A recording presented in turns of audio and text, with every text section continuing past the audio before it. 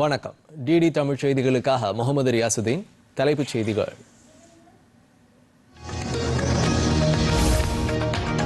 முப்படை தலைமை தளபதிகளுடன் பிரதமர் நரேந்திர மோடி ஆலோசனை. நாட்டின் பாதுகாப்பு நிலைமை குறித்து விவாதித்தார்.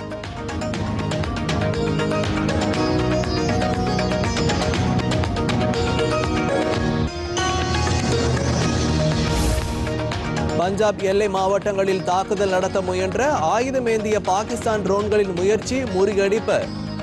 ராணுவம் திறம்பட எதிர்கொண்டதாக பாதுகாப்புத்துறை தகவல்.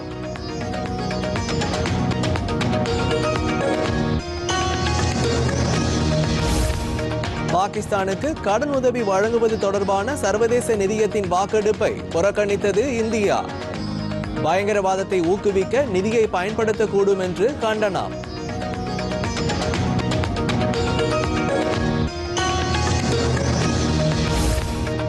ஜம்மு சண்டிகர் விமான நிலையங்கள் மூடப்பட்டதை தொடர்ந்து பயணிகளை அழைத்து வர சிறப்பு ரயில்களை இயக்க ரயில்வே துறை ஏற்பாடு. அமைச்சர் அஸ்வினி வைஷ்ணவ் ஆய்வு.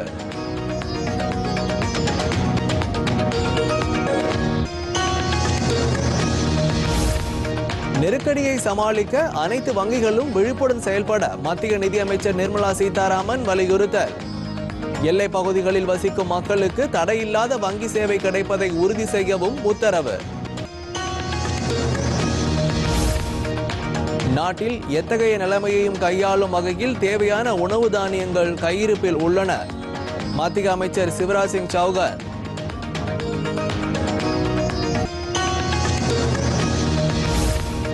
இந்திய ராணுவத்திற்கு ஆதரவு தெரிவிக்கும் வகையில் மாநில அரசு சார்பில் சென்னையில் இன்று மாலை பேரணி. முதலமைச்சர் மு.க. ஸ்டாலின் தலைமையில் நடைபெறுகிறது.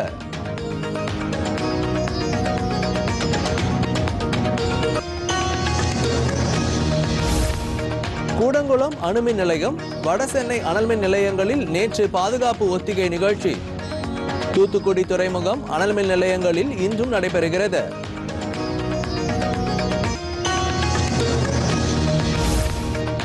அமெரிக்காவை சேர்ந்த ராபர்ட் பிரான்சிஸ் புதிய போப்பாக தேர்வு. பிரதமர், முதலமைச்சர் உள்ளிட்ட தலைவர்கள் வாழ்த்து.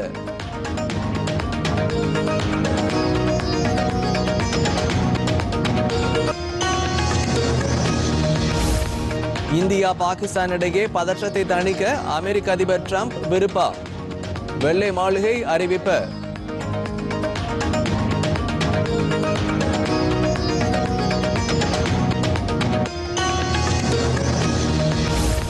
பாதுகாப்பு காரணங்களுக்காக ஐபிஎல் கிரிக்கெட் போட்டித் தொடரின் போட்டிகள் ஒரு வாரத்திற்கு ஒத்திவைப்பு. இந்திய கிரிக்கெட் கட்டுப்பாட்டு வாரியம் அறிவிப்பு.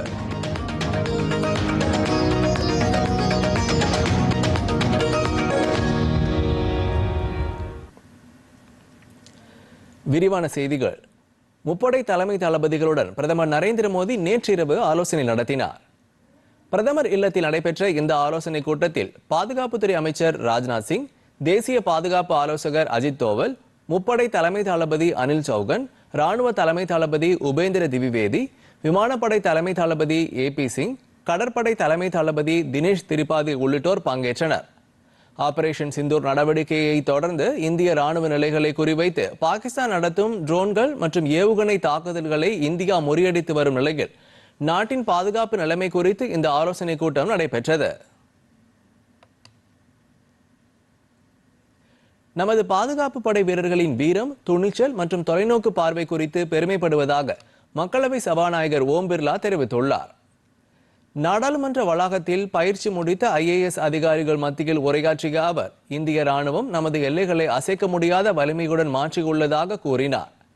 அதேபோல் இந்திய குடிமைப்பணி நாட்டை வடிவமைப்பதில் முக்கிய பங்கு வகித்துள்ளதாக அவர் குறிப்பிட்டார். வளர்ந்த இந்தியாவை உருவாக்க இளம் அதிகாரிகள் அர்ப்பணிப்புடன் செயல்பட வேண்டும் என்றும் அறிவுறுத்தினார். சர்வதேச எல்லை கட்டுப்பாட்டு கோடு அருகே அமைந்துள்ள ஜம்மு காஷ்மீரின் பாரமுல்லா முதல் பூஜ் வரையிலான 26 பகுதிகளில் பாகிஸ்தான் ட்ரோன்கள் காணப்படுவதாக பாதுகாப்புத்துறை தெரிவித்துள்ளது. இதையடுத்து இந்திய ஆயுதப்படைகள் அதிக எச்சரிக்கையுடன் செயல்படுவதாகவும் அனைத்து வான்வழி அச்சுறுத்தல்களும் ட்ரோன் எதிர்ப்பு அமைப்புகளை பயன்படுத்தி கண்காணித்து வருவதாகவும் கூறப்பட்டுள்ளது. பஞ்சாப் மாநில எல்லை மாவட்டங்களான ஃபெரோஸ்பூர், அமிர்தசரஸ், பதான்கோட் பகுதிகள் மீது தாக்குதல் நடத்த பாகிஸ்தானின் ஆயுதம் ஏந்திய ட்ரோன்கள் மேற்கொண்ட முயற்சியை இந்திய பாதுகாப்பு படைகள் வெற்றிகரமாக முறியடித்துள்ளன. மேலும் அந்த ட்ரோன்கள் செயலிழக்க செய்யப்பட்டுள்ளன. இந்நிலையில் எல்லை பகுதிகளில் வசிக்கும் மக்கள் வீடுகளுக்குள் இருக்கவும், தேவையின்றி வெளியில் வருவதை தவிர்க்கும்படியும் பாதுகாப்புத்துறை தரப்பில் அறிவுறுத்தப்பட்டுள்ளது. உள்ளூர் அதிகாரிகள் வழங்கிய பாதுகாப்பு நடவடிக்கைகளை பின்பற்றும்படியும், அதிக விழிப்புணர்வு மற்றும் முன்னெச்சரிக்கையுடன் இருக்கும்படியும் கேட்டுக் கொள்ளப்பட்டுள்ளது.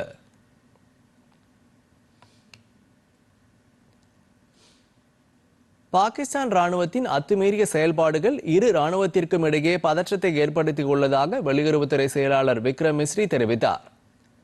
ஆபரேஷன் சிந்தூர் குறித்து வெளியுறவு செயலாளர் Vikram Misri, colonel Sofiya Qureshi, wing commander Vyomika Singh ஆகியோர் புதுதில்லியில் செய்தியாளர்களிடம் விளக்கினர். அப்போது பேசிய மிஸ்ரி, நமது பொதுமக்கள், மத வழிபாட்டு தலங்கள் மற்றும் இந்திய ராணுவ நிலைகள் மீது பாகிஸ்தான் தாக்குதல் நடத்தியதாகவும், பொறுப்புடனும் சரியான முறையிலும் இந்த முயற்சிகள் வெற்றிகரமாக முறியடிக்கப்பட்டதாகவும் அவர் கூறினார்.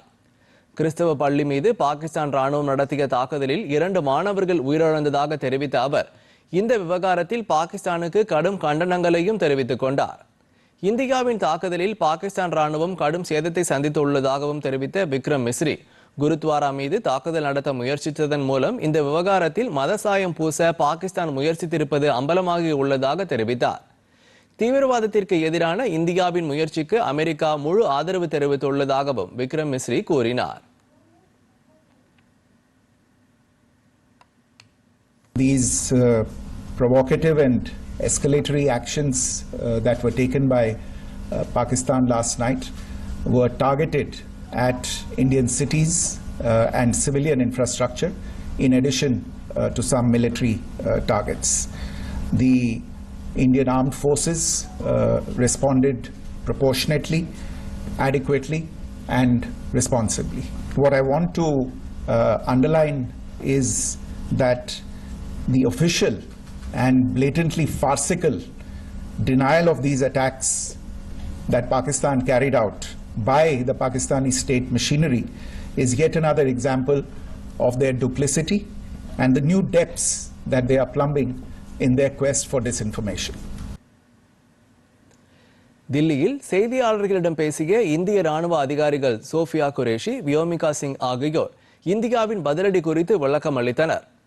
தொடர்ந்து பலமுறை பாகிஸ்தான் ராணுவம் இந்திய எல்லைப் பகுதியில் உள்ள வான்வெளியில் அத்துமீறி தாக்குதல் நடத்த முயற்சித்ததாகவும், இவை வெற்றிகரமாக முறியடிக்கப்பட்டதாகவும் கர்னல் சோஃபியா குரேஷி கூறினார். எல்லைக்கோட்டு பகுதி அருகே தொடர்ந்து துப்பாக்கி சண்டையில் ஈடுபட்டதாகவும், இந்தியாவின் பாதுகாப்பு அமைப்புகள் எப்படி செயல்படுகின்றன என்பதை அறிந்து கொள்ள பாகிஸ்தான் இத்தகைய தாக்குதல்களை நடத்தியதாகவும் அவர் தெரிவித்தார். பாகிஸ்தானால் ஏவப்பட்ட ட்ரோன்கள் எத்தகையவை என்பதை இந்தியா ஆராய்ந்து வருவதாகவும் அவர் கூறினார்.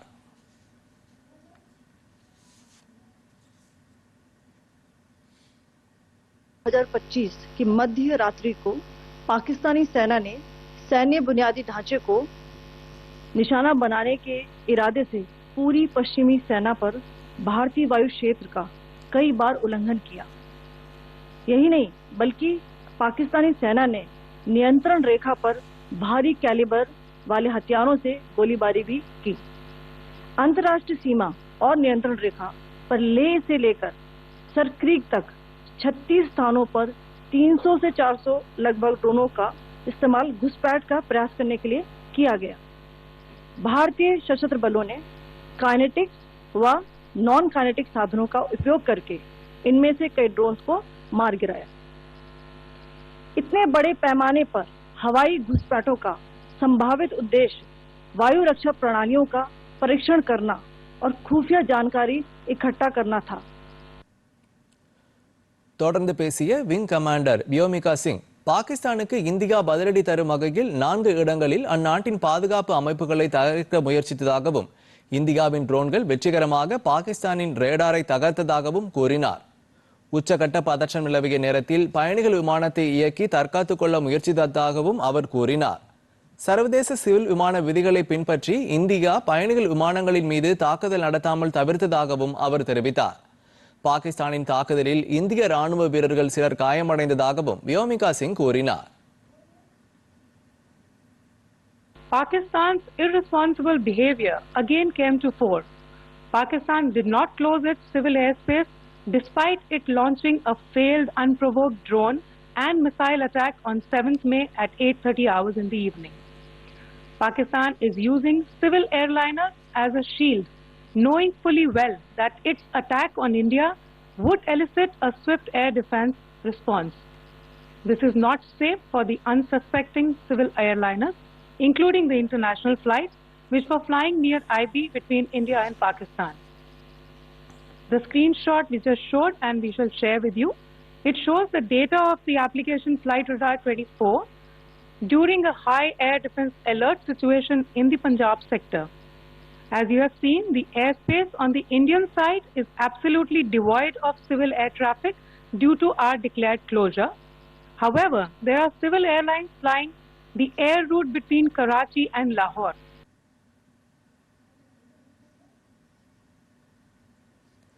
முப்படை தளபதிகளுடன் பாகிஸ்தானுக்கு எதிரான நடவடிக்கைகள் குறித்து பாதுகாப்புத்துறை அமைச்சர் ராஜ்நாத் சிங் உயர்மட்ட ஆலோசனை நடத்தினார்.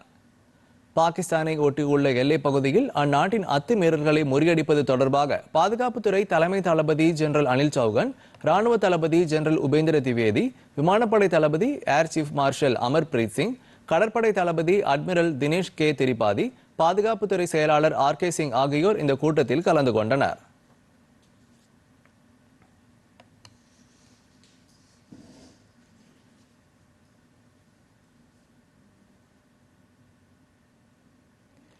நாட்டில் எத்தகைய நிலைமையையும் கையாளும் வகையில் தேவையான உணவு தானியங்கள் கையிருப்பில் உள்ளதாக மத்திய அமைச்சர் சிவராஜ் சிங் சௌகன் தெரிவித்துள்ளார். செய்தியாளர்களிடம் பேசிய அவர், நாட்டில் போதுமான அளவு உணவு கையிருப்பு உள்ளதாக தெரிவித்துள்ளார். மேலும் எந்த ஒரு அவசர நிலையிலும் பொதுமக்கள் அமைதியாக இருக்க வேண்டும் என்றும் அவர் வலியுறுத்தியுள்ளார். ஜம்மு காஷ்மீர் மற்றும் பஞ்சாப் போன்ற மாநிலங்களுடன் மத்திய அரசு பேச்சுவார்த்தை நடத்தும் என்றும், முதலமைச்சர்களுடன் கலந்துரையாடி சூழ்நிலைக்கு ஏற்ப விதைகள் மற்றும் நடவு பொருட்களுக்கான ஏற்பாடுகள் உறுதி செய்யப்படும் என்றும் சிவராஜ் சிங் சௌகன் தெரிவித்துள்ளார்.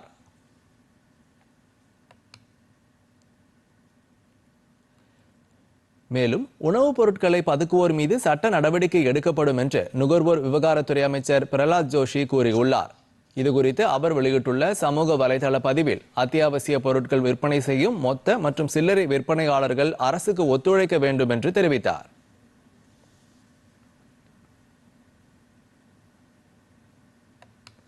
எந்த ஒரு நெருக்கடியையும் சமாளிக்க அனைத்து வங்கிகளும் விழிப்புணர்வு தயாராக இருக்கும்படி மத்திய நிதியமைச்சர் நிர்மலா சீதாராமன் வலியுறுத்தியுள்ளார். எல்லையில் பதற்றமான சூழல் காணப்படும் நிலையில் பொது மற்றும் தனியார் துறை வங்கிகள், காப்பீடு நிறுவனங்களின் தலைமை நிர்வாக அதிகாரிகளுடன் ஆலோசனை நடத்திய அவர், எல்லைப் பகுதியில் வசிக்கும் மக்களுக்கு வங்கி மற்றும் நிதி சேவை தடையின்றி கிடைப்பதை உறுதி செய்ய வேண்டும் என்று அறிவுறுத்தினார். நேரடி மற்றும் டிஜிட்டல் வங்கி சேவைகள், தடையற்ற UPI சேவை, ATMகளில் சீராக பணம் கிடைப்பது உள்ளிட்டவை இடையூறு மற்றும் குறைபாடுகள் இல்லாமல் செயல்பட வேண்டும் என்றும் அவர் கேட்டுக்கொண்டார். எல்லை பகுதிகளில் உள்ள வங்கி கிளைகளில் பணிபுரியும் ஊழியர்களுக்கு போதுமான பாதுகாப்பை உறுதி செய்யும்படியும் அவர் அறிவுறுத்தினார். பயங்கரவாதத்தின் சவாலை இந்தியா உறுதியுடன் எதிர்கொண்டு வரும் நிலையில் ஒற்றுமையை வெளிப்படுத்திய அனைவருக்கும் நன்றி தெரிவித்துக் கொள்வதாக வெளியுறவுத்துறை அமைச்சர் ஜெய்சங்கர் தெரிவித்துள்ளார். புதுதில்லியில் நேற்று நடைபெற்ற ஐரோப்பிய தின கொண்டாட்டத்தில் வெளியுறவு அமைச்சர் ஜெய்சங்கர் சிறப்பு விருந்தினராக கலந்து கொண்டார். அப்போது பேசிய அவர், இந்தியாவிற்கும் ஐரோப்பிய நாடுகளுக்கும் இடையே வளர்ந்து வரும் கூட்டாண்மையை எடுத்துரைத்தார். இந்தியா மற்றும் ஐரோப்பிய ஒன்றியம் இடையேயான வர்த்தக பேச்சுவார்த்தைகள் இந்த ஆண்டுக்குள் முடிவு பெறும் என்றும் அவர் நம்பிக்கை தெரிவித்தார். பயங்கரவாதத்தை முற்றிலும் நிராகரிக்க வேண்டியதன் அவசியத்தை வலியுறுத்திய ஜெய்சங்கர் மேலும் இந்தியாவுடன் ஒற்றுமையை வெளிப்படுத்தியவர்களுக்கும் நன்றி தெரிவித்தார். We are gathered today at a time when India is firmly confronting the challenge of terrorism. We believe that this is a shared threat for which there must be zero tolerance. I thank all those who have expressed solidarity with us and recognized the need for a resolute response. பாகிஸ்தானுடனான ராணுவ நடவடிக்கைக்கு இடையே தில்லி விமான நிலைய செயல்பாடுகள் இயல்பாக நடைபெற்று வரும் நிலையில் பாதுகாப்பு நடவடிக்கைகள் குறித்து பயணிகளுக்கு ஆலோசனைகள் வழங்கப்பட்டுள்ளன. விமான சேவை பாதிக்கப்படலாம் என்றும் பாதுகாப்பு செயலாக்க நேரம் நீட்டிக்கப்படலாம் என்றும் சமூக ஊடகத்தில் விமான நிலையம் தெரிவித்துள்ளது. பாதுகாப்பு சோதனைகளுக்காக பயணிகள் முன்கூட்டியே விமான நிலையத்திற்கு வரும்படியும் விதிமுறைகளை பின்பற்றி ஒத்துழைப்பு வழங்கும்படியும் அறிவுறுத்தப்பட்டுள்ளது. இந்நிலையில் சிவில் விமான நடவடிக்கைகளுக்காக வடக்கு மற்றும் மேற்கு பகுதிகளில் உள்ள 32 விமான நிலையங்கள் வரும் 14ஆம் தேதி வரை தற்காலிகமாக மூடப்படுவதாக இந்திய விமான நிலைய ஆணையம் தெரிவித்துள்ளது. பாதிக்கப்பட்டுள்ள அமிர்தசரஸ், சண்டிகர், ஜம்மு, ஸ்ரீநகர், ஜெய்சால்மர், பதான்கோட் விமான நிலையங்களை சேர்ந்த பயணிகளுக்கு ஏற்படும் இடையூறுகளை குறைக்க மாற்று ஏற்பாடுகளை திட்டமிடும்படியும் விமான நிறுவனங்களுக்கு அறிவுறுத்தப்பட்டுள்ளது.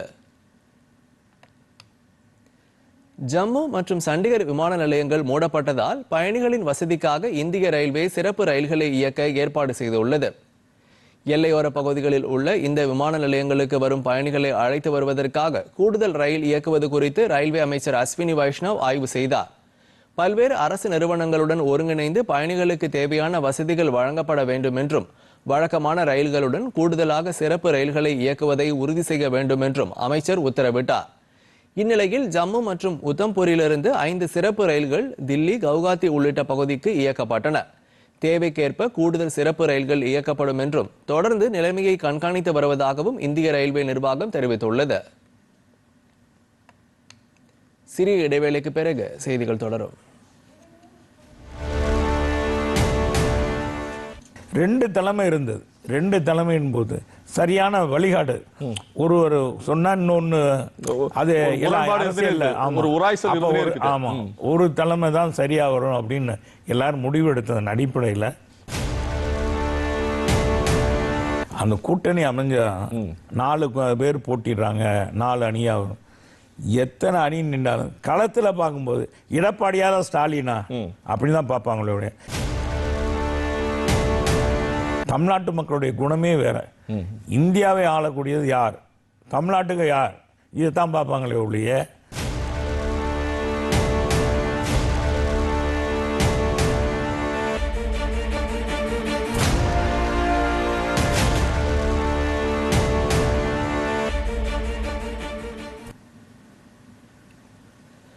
செய்திகள் தொடர்கின்றன. பாகிஸ்தானுக்கு கடன் வழங்குவது தொடர்பாக சர்வதேச நாணய நிதியத்தில் நடைபெற்ற வாக்கெடுப்பை இந்தியா புறக்கணித்துள்ளது.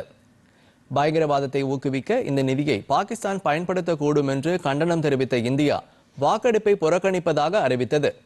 இது தொடர்பாக மத்திய நிதி அமைச்சகம் வெளியிட்ட செய்திக்குறிப்பில் IMF-இல் மிகவும் பொறுப்புமிக்க உறுப்பினராக இந்தியா உள்ளதாகவும் IMF மூலம் வழங்கப்படும் நிதியை பாகிஸ்தான் முறையாக பயன்படுத்தியதில்லை என்றும் தெரிவிக்கப்பட்டுள்ளது. இந்நிலையில் பாகிஸ்தானுக்கு 8542 கோடி ரூபாய் கடன் வழங்க சர்வதேச நாணய நிதியம் ஒப்புதல் அளித்துள்ளதாக அந்நாட்டு பிரதமர் அலுவலகம் தெரிவித்துள்ளது.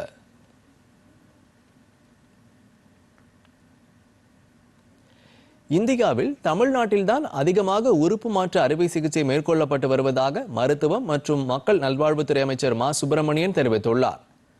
கிருஷ்ணகிரி மாவட்டத்தைச் சேர்ந்த மாற்றுத்திறனாளி மாணவர் கீர்த்தி வர்மா முதலமைச்சர் MK ஸ்டாலினிடம் தனக்கு உறுப்பு மாற்று அறுவை சிகிச்சை மேற்கொள்ள உதவும்படி கோரிக்கை வைத்தார். இந்நிலையில் மாணவர் கீர்த்தி வர்மாவை சென்னை தலைமைச் செயலகத்திற்கு வரவழைத்து அவருக்கு வேண்டிய சிகிச்சை வழங்குவதற்குரிய ஆலோசனையினை மருத்துவ குழுவினரையும் அழைத்து அமைச்சர் மா சுப்பிரமணியன் ஆலோசனையில் ஈடுபட்டார். அதனைத் தொடர்ந்து செய்தியாளர்கள் சந்தித்து பேசிய அவர் வாழ்க்கையில் எப்படியாவது சாதிக்க வேண்டும் என்ற மாணவரது உறுதியை பாராட்டுவதாக குறிப்பிட்டார். மேலும் மாணவருக்கு உறுப்பு மாற்று அறுவை சிகிச்சை மேற்கொள்ள நடவடிக்கை மேற்கொள்ள இருப்பதாகவும் அவர் தெரிவித்தார். உறுப்பு மாற்று அறுவை சிகிச்சைகள் தொடர் வெற்றியை பெற்றுக் கொண்டிருக்கிற நிலையில் உறுப்பு தானத்திற்கு மிகப்பெரிய அளவிலான வரவேற்பும் பெரிய அளவிலான வழிகாட்டுதலும் தமிழ்நாட்டில் இருந்து கொண்டிருக்கிற நிலையில் இதை அறிந்த கீர்த்தி வர்மா என்னுடைய இந்த 2 கைகளையும் உறுப்பு மாற்று சிகிச்சையின் வாயிலாக கைகளை பொருத்தி தர வேண்டும் என்கின்ற வகையிலான கோரிக்கை விடுத்தார்.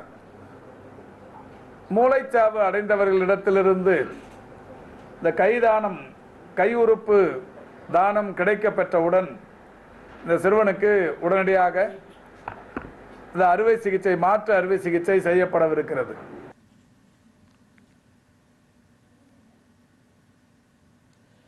கூடங்குளம் அணுமின் நிலையத்தில் அவசரகால ஒத்திகை நடைபெற்றது. மாவட்ட ஆட்சியர் சுகுமார், அணுமின் நிலைய வளாக இயக்குநர் சதீஷ்குமார் உள்ளிட்டோர் முன்னிலையில் இந்த ஒத்திகை நடைபெற்றது. போரால் பாதிப்பு ஏற்படும் சூழலில் வளாகத்தில் ஆபத்து கால ஒலி எழுப்பப்பட்டு பணியாளர்கள் அங்கிருந்து பத்திரமாக வெளியேற்றப்பட்டு அவர்களுக்கு தேவையான முதலுதவி சிகிச்சைகள் அளிக்கப்பட்டன. அணு உலை என்பதால் ஒவ்வொரு நபர்களுக்கும் அணு கதிரியக்க பாதிப்பு குறித்த சோதனை நடத்தப்பட்டது. தொடர்ந்து அவர்களை வளாகத்திலிருந்து பாதுகாப்பாக வெளியேற்றும் நடவடிக்கைகள் ஒத்திகையாக நடத்தி காட்டப்பட்டது. இதில் தமிழக பேரிடர் மீட்பு படையினர், தீயணைப்பு மற்றும் மீட்பு படையினர், காவல்துறையினர் என பல்வேறு துறை சார்ந்த அலுவலர்கள் கலந்து கொண்டனர். இன்று தூத்துக்குடி துறைமுகம் மற்றும் அனல்மின் நிலையங்களில் பாதுகாப்பு ஒத்திகை நடைபெற உள்ளதாக தமிழ்நாடு பேரிடர் மேலாண்மை ஆணையம் தெரிவித்துள்ளது.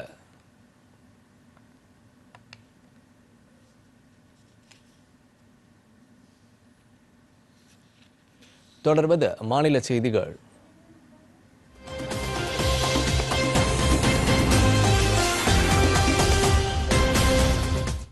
கள்ளக்குறிச்சி மாவட்டம் சின்னசேலம் அருகே கச்சிராபாளையத்தில் உள்ள கள்ளக்குறிச்சி கூட்டுறவு சர்க்கரை ஆலை விரிவாக்கம் குறித்து சுற்றுலா மற்றும் சர்க்கரைத்துறை அமைச்சர் ராஜேந்திரன் பார்வையிட்டு ஆய்வு மேற்கொண்டார். இந்த ஆலையில் வரும் அரவை பருவத்தில் 3,35,000 மெட்ரிக் டன் அரவை செய்ய திட்டமிடப்பட்டுள்ளதாக தெரிவித்தார். மேலும் கடந்த 4 ஆண்டுகளில் தமிழகத்திலேயே அதிக அளவு கரும்பு பதிவு செய்த ஆலையாகவும் இந்த ஆலை திகழ்கிறது என்றும் அவர் கூறினார். மதுரை மீனாட்சி அம்மன் கோயில் சித்திரை திருவிழா கோலாகலமாக நடைபெற்று வருகிறது. தேரோட்டத்தை தொடர்ந்து மீனாட்சி அம்மன் சுந்தரேஸ்வரர் ஒரே சப்பரத்தில் எழுந்தருளி தடம் பார்த்தல் நிகழ்வு நடைபெற்றது. இதில் 4 மாசி வீதிகளிலும் வலம் வந்த சுவாமியை ஆயிரக்கணக்கான பக்தர்கள் தரிசனம் செய்தனர். முன்னதாக கள்ளழகர் ஆற்றில் இறங்கும் நிகழ்வு குறித்து மதுரை மாவட்ட ஆட்சியர் சங்கீதா ஆய்வு மேற்கொண்டார். நாமக்கல் மாவட்டம் ராசிபுரம் அருகே அரியா கவுண்டம்பட்டி பகுதியில் 65ஆம் ஆண்டாக மாநில அளவிலான ஆடவர் கபடி போட்டி நடைபெற்றது. நாமக்கல் மாவட்ட காவல் கண்காணிப்பாளர் ராஜேஷ் கண்ணன் போட்டியை தொடங்கி வைத்தார். பல்வேறு மாவட்டங்களிலிருந்து 19 அணி கலந்து கொண்டன. வெற்றி பெற்ற அணிகளுக்கு ரொக்க பரிசு வழங்கப்பட்டன. தேனி வீரபாண்டி அருள்மிகு ஸ்ரீ கௌரி அம்மன் திருக்கோயில் சித்திரை திருவிழா கடந்த 6ஆம் தேதி தொடங்கி கோலாகலமாக நடைபெற்று வருகிறது. திருவிழாவின் முக்கிய நிகழ்வான தேரோட்டத்தை முன்னிட்டு சிறப்பு அலங்காரத்தில் சுவாமி எழுந்தருளினார். மாவட்ட ஆட்சியர் ரஞ்சித் சிங், மாவட்ட காவல் கண்காணிப்பாளர் சிவபிரசாத் ஆகியோர் திருத்தேரை வடம் பிடித்து இழுத்து துவக்கி வைத்தனர். கோவிலின் தெற்கு மற்றும் மேற்கு வாயில் வழியாக சுற்றி வரும் திருத்தேர் வரும் 13ஆம் தேதி நிலைக்கு வந்தடையும்.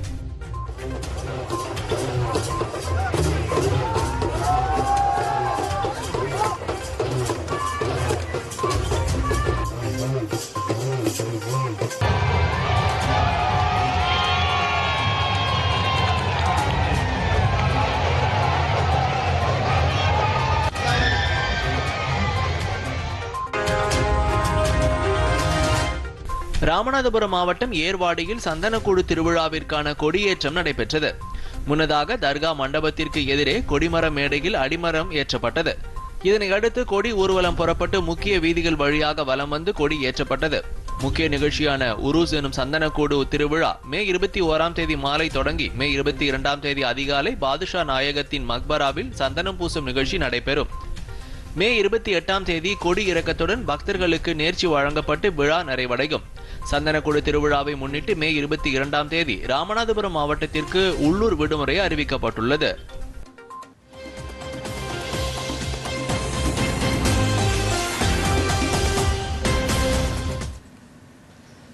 தேச ஒற்றுமையை வலுப்படுத்தும் வகையில் இந்திய ராணுவத்திற்கு ஆதரவு தெரிவித்து தமிழக அரசு சார்பில் சென்னையில் இன்று மாலை பேரணி நடைபெறும் என்று முதலமைச்சர் மு.க.ஸ்டாலின் அறிவித்துள்ளார். பாகிஸ்தானின் அத்துமீறல்களுக்கும் தீவிரவாத தாக்குதல்களுக்கும் எதிராக வீரத்துடன் போர் நடத்தி வரும் இந்திய ராணுவத்திற்கு நமது ஒன்றுபட்ட ஒற்றுமையையும் ஆதரவையும் வெளிப்படுத்த வேண்டிய தருணம் இது என்று அறிக்கை ஒன்றில் அவர் குறிப்பிட்டுள்ளார். பாகிஸ்தானின் தீவிரவாத தாக்குதலுக்கு எதிராகவும் இந்திய ராணுவத்திற்கு ஆதரவு தெரிவிக்கும் வகையிலும் நடைபெறும் இந்த பேரணி சென்னை காவல்துறை ஆணையர் அலுவலகத்திலிருந்து இன்று மாலை 5 மணிக்கு புறப்பட்டு தீவுத்திடல் அருகே உள்ள போர் நினைவு சின்னம் அருகில் நிறைவு பெறும்.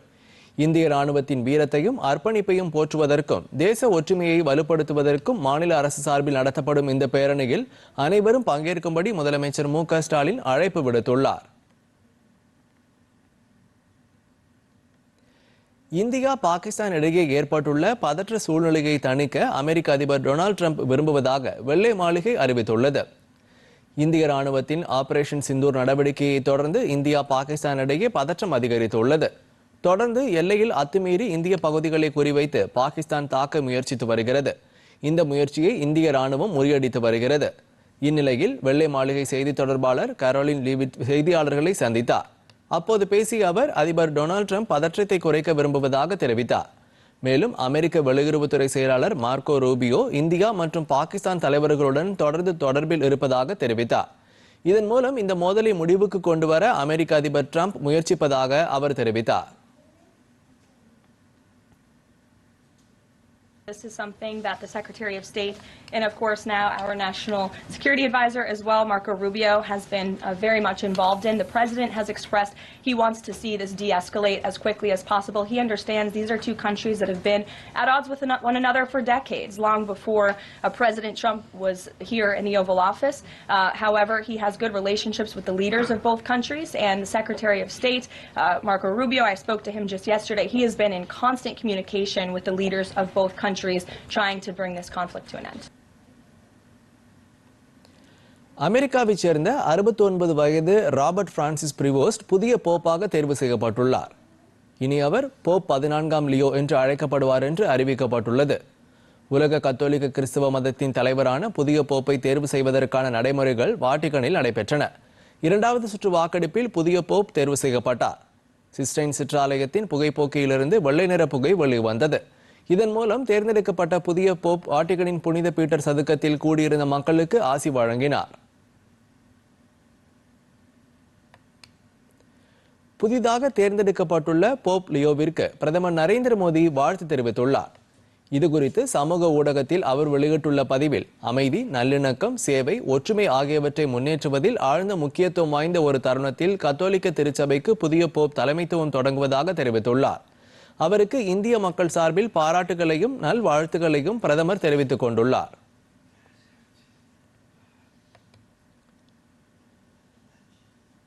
போப் 14ஆம் லியோவிற்கு முதலமைச்சர் மு.க. ஸ்டாலின் வாழ்த்து தெரிவித்துள்ளார். இதுகுறித்து அவர் வெளியிட்டுள்ள எக்ஸ் தள பதிவில் ரோமன் கத்தோலிக்க திருச்சபையை வழிநடத்த தேர்ந்தெடுக்கப்பட்ட புதிய போப் 14ஆம் லியோவிற்கு வாழ்த்துக்கள் என்று தெரிவித்துள்ளார். மேலும் அமைதி மற்றும் ஒற்றுமை பற்றிய அவரின் செய்தி உலகம் முழுவதும் நல்லிணக்கத்தை ஊக்குவிக்கட்டும் என்றும் பதிவிட்டுள்ளார். திருநெல்வேலி மாவட்டத்தில் புதிதாக அமைய உள்ள நூலகத்திற்கு காயிதே மில்லத் பெயர் சூட்டப்படும் என்று முதலமைச்சர் மு.க. ஸ்டாலின் அறிவித்துள்ளார். உலக இஸ்லாமிய தமிழ் இலக்கிய 9ஆம் மாநாடு தொடக்க விழாவில் கலந்து கொண்டு பேசிய அவர் சென்னை பல்கலைக்கழகத்தில் இஸ்லாமிய தமிழ் இலக்கிய ஆய்வு இருக்கையை அமைக்க தமிழக அரசே ஏற்க உரிய நடவடிக்கை எடுக்கும் என்று தெரிவித்தார். திருநெல்வேலி மாவட்டத்தில் நூலகம் அமைக்கப்படும் என்று சட்டப்பேரவையில் அறிவிக்கப்பட்டிருந்ததாகவும் தற்போது அந்த நூலகத்திற்கு காயிதே மில்லத் என்ற பெயர் சூட்டப்படும் என்றும் அவர் குறிப்பிட்டார். காஷ்மீர் பல்கலைக்கழகங்களில் பயிலும் தமிழக மாணவர்களை மீட்பதற்கான நடவடிக்கைகளை தமிழக அரசு மேற்கொண்டு வருகிறது. மாணவர்களின் உதவிக்காக தமிழக அரசு தரப்பில் உதவி எண்களும் அறிவிக்கப்பட்டுள்ளன. ஜம்மு காஷ்மீரில் பாகிஸ்தான் ராணுவம் அத்துமீறி நடத்தும் தாக்குதலுக்கு இந்திய ராணுவமும் பதிலடி கொடுத்து வருகிறது. இந்நிலையில் ஜம்மு காஷ்மீரின் அனைத்து கல்வி நிறுவனங்களுக்கும் விடுமுறை அளிக்கப்பட்டுள்ளது. மேலும் எல்லையோர பகுதி முழுவதும் மின்சாரம் துண்டிக்கப்பட்டுள்ளது. அங்குள்ள கல்வி நிலையங்களில் பயின்று வரும் தமிழக மாணவர்களை மீட்பதற்கான நடவடிக்கையை தமிழக அரசு மேற்கொண்டுள்ளது. காஷ்மீருக்கு படிக்கச் சென்ற 41 மாணவர்கள் பத்திரமாக இருப்பதாக தெரிவிக்கப்பட்டுள்ளது. மேலும் உதவி தேவைப்படும் மாணவர்கள் 7503319002 8069009901 என்ற இலவச எண்களை தொடர்பு கொள்ளலாம் என்று அறிவுறுத்தப்பட்டுள்ளது.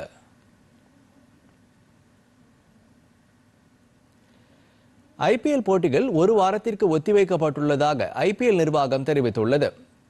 18வது ஐபிஎல் போட்டிகள் கடந்த மார்ச் 22ஆம் தேதியிலிருந்து நடைபெற்று வருகின்றன. பாதுகாப்பு காரணங்களுக்காக தர்மசாலாவில் தில்லி, பஞ்சாப் அணிகள் கலந்து கொண்ட விளையாட்டு பாதியிலேயே நிறுத்தப்பட்டு வீரர்கள், ரசிகர்கள் உடனடியாக வெளியேற்றப்பட்டனர். இந்நிலையில் ஐபிஎல் போட்டிகளை நடத்துவது குறித்து பிசிசிஐ அவசர ஆலோசனை மேற்கொண்டது. இந்நிலையில் இந்தியா, பாகிஸ்தான் இடையே ஏற்பட்டுள்ள பதற்றமான சூழ்நிலையை கருத்தில் கொண்டு ஐபிஎல் போட்டிகள் ஒரு வாரத்திற்கு ஒத்திவைக்கப்பட்டுள்ளதாக ஐபிஎல் நிர்வாகம் அறிவித்துள்ளது. ஐபிஎல் அணிகளின் பிரதிநிதிகள், வீரர்கள், ரசிகர்களின் பாதுகாப்பிற்காக இந்த முடிவெடுக்கப்பட்டுள்ளதாக தெரிவிக்கப்பட்டுள்ளது. மேலும் இந்த சவாலான காலகட்டத்தில் பிசிசிஐ இந்திய அரசு மற்றும் ராணுவத்துடன் துணை நிற்பதாகவும் கூறியுள்ளது. இத்துடன் செய்திகள் நிறைவடைந்தன. மீண்டும் செய்திகள் பிற்பகல் 1 மணிக்கு. வணக்கம்.